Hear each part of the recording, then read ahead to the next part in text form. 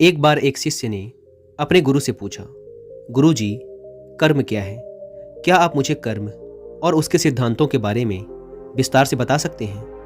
गुरु ने कहना शुरू किया, कर्म हमारे जीवन को जीने का एक तरीका है ताकि हम वास्तव में खुद का सबसे अच्छा संस्करण बन सकें और अपनी इच्छा से सबसे अधिक पूर्ण और संतुष्ट जीवन जी सकें। और क्योंकि हमारा भविष्य पत्थर की लकीर नहीं है, इसलिए हम अपने जीवन के मार्ग को उन विकल्पों, विचारों और कार्यों से बदल सकते हैं जिन्हें हम अभी चुनते हैं। कोई भी मनुष्य किसी भी अवस्था में कर्म किए बिना नहीं रह सकता। यानी हर पल मनुष्य कर्म कर रहा है, क्योंकि हम 4 तरीकों से कर्म करते हैं। पहला, विचारों के माध्यम से।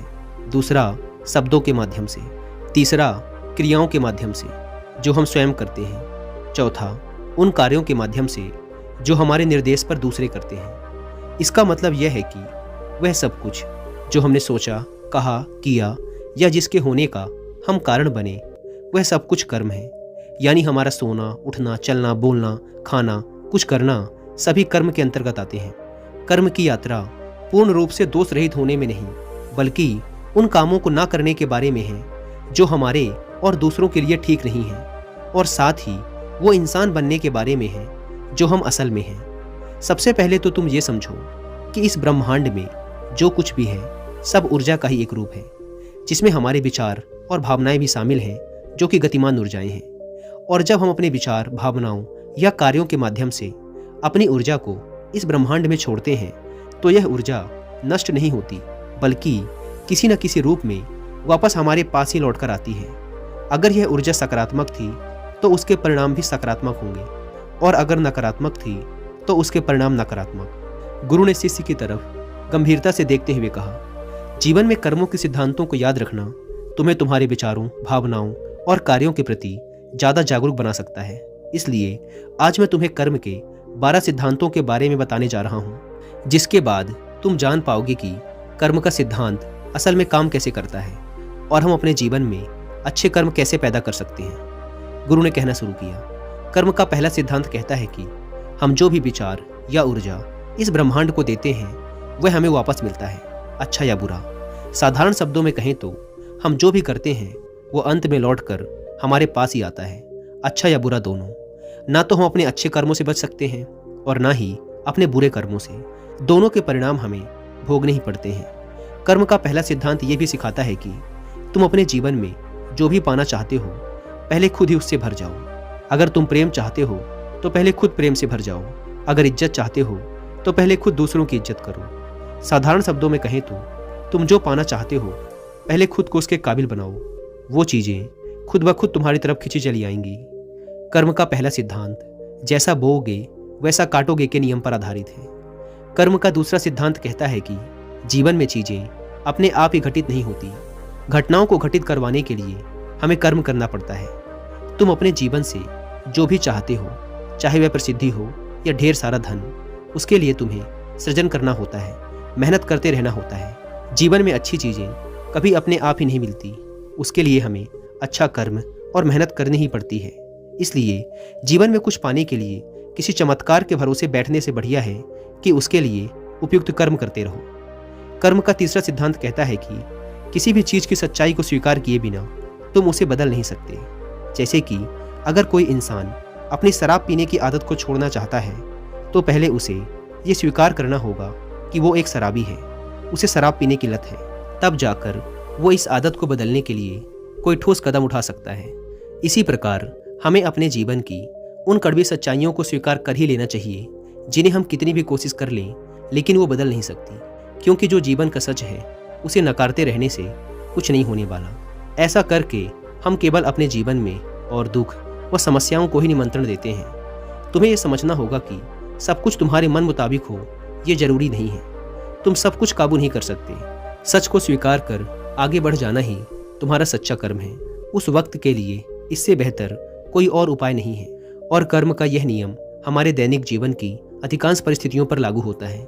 गुरु ने आगे कहा, कर्म का चौथा सिद्धांत कहता है कि जीवन में लगातार विकास करते रहना केवल तभी संभव है जब तक हम समय के साथ खुद को बदलने के लिए तैयार हैं। बदलाव की शुरुआत हमेशा हमारे ही अंदर से होती है, ना कि बाहर से। बाहर की परिस्थितियों व अन्य लोगों को बदलने का प्रयास करना केवल और केवल मूर्खता है। इससे कुछ नहीं बदलने वाला। ये प्रयास केवल हमारे समय और ऊर्जा की बर्बादी करेगा। केवल अपने आप को बेहतर और बेहतर बनाना ही हमारे हाथ में है।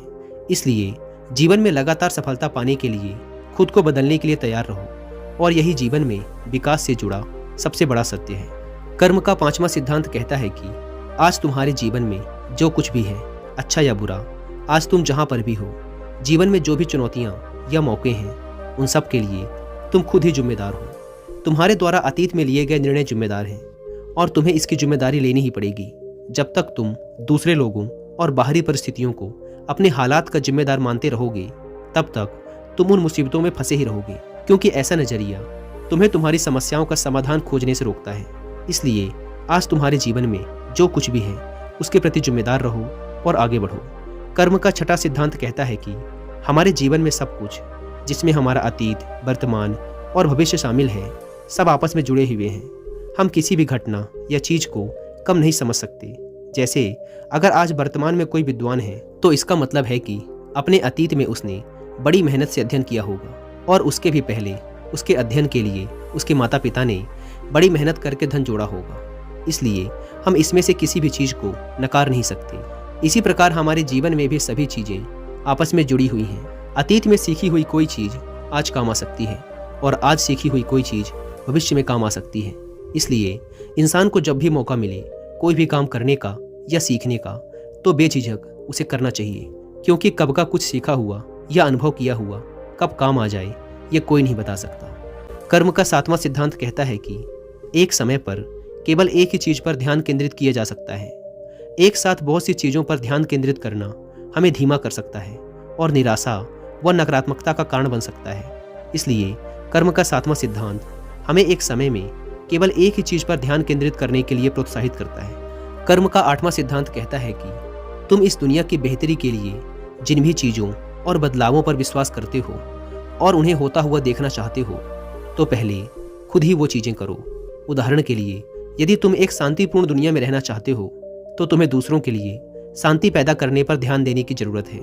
अगर तुम एक स्वच्छ देश का सपना देखते हो, तो पहले खुद ही अपने आसपास सफाई रखना शुरू करो। कर्म का 9वां सिद्धांत कहता है कि अगर तुम अपने जीवन में खुश रहना चाहते हो, तो अतीत के लिए पछताना छोड़ दो, भविष्य की चिंता करना बंद करो और केवल अपने वर्तमान पर ध्यान दो। जब तक तुम अपनी अतीत की यादों और भविष्य की चिंताओं से जुड़े रहोगे, तब तक तुम कभी भी शांत और खुश नहीं रह पाओगे। कर्म का 10वां सिद्धांत कहता है कि इतिहास खुद को तब तक दोहराता है जब तक हम इससे सीख कर अपना रास्ता नहीं बदल लेते। किसी भी काम को बार बार एक ही तरीके से करके अलग परिणाम की उम्मीद करना मूर्खता है। इसलिए अपनी और दूसरों की गलतियों से सीखो और अपने काम करने के तरीकों में बदलाव लाओ। कर्म का 11वां सिद्धांत कहता है कि बड़े बदलाव समय लेते हैं, इसलिए जीवन में बड़ी सफलताएं लगातार प्रयास और लंबे समय तक धैर्य रखने से मिलती हैं। अगर हम बेहतर और लंबे समय तक लाभान्वित करने वाले परिणाम चाहते हैं, तो हमें धैर्यवान बनना होगा। जल्दबाजी हमें दूरगामी परिणाम नहीं दे सकती।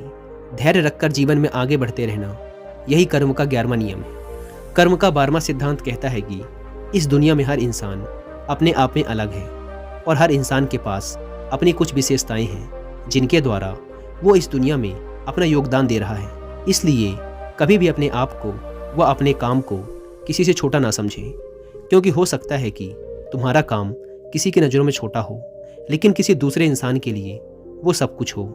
साधारण शब्दों में कहें तो अपना हर संभव योगदान देना और उसके महत्व को समझना, यही कर्म का 12वां सिद्धांत है। इतना कहकर गुरु चुप हो गए। शिष्य को अब कर्म के बारे में सब समझ आ चुका था। उसने इस जानकारी के लिए गुरु का धन्यवाद किया और वहाँ से चला गया।